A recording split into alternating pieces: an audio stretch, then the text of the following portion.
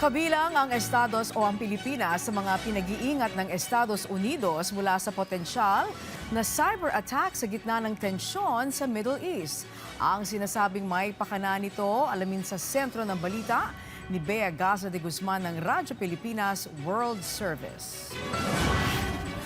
Pinag-iingat na rin ng Estados Unidos ang mga kaalyado nitong bansa sa Asia patungkol sa potensyal na cyber attack kaugnay ng tensyon sa Middle East. Sa programang Global na Tayo ng Radyo Pilipinas World Service, sinabi ng broadcast journalist na si Michael Cohen na kabilang ang Pilipinas sa dapat na maghanda sa cyber attack na tinatarget ng Iran. Paliwanag ni Cohen, karaniwan kasi sa mga punteriya ng cyber attack ng Iran ay may mga koneksyon sa Estados Unidos.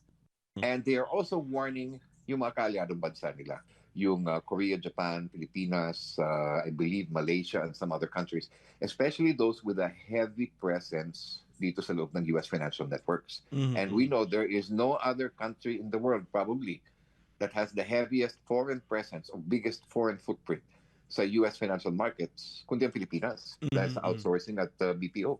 Una nang nagpahayag ang Iran na gagawin nilang target ang mga economic at banking interest na mayroong kaugnayan sa Estados Unidos at Israel. Kinumpirma kamakailan ng US medical technology company Stryker na tinamaan sila ng cyber attack na naging sanhi ng pansamantalang pagkaantala sa operasyon ng kanilang Microsoft environment. Patuloy namang nakamonitor ang ating mga embahada sa Middle East, alinsunod na rin sa utos ni Pangulong Ferdinand Marcos Jr. na agad tugunan ang pangangailangan ng ating mga kababayan doon. Para sa Integrated State Media, Bea Gaza de Guzman, Radyo Pilipinas, Radyo Publiko.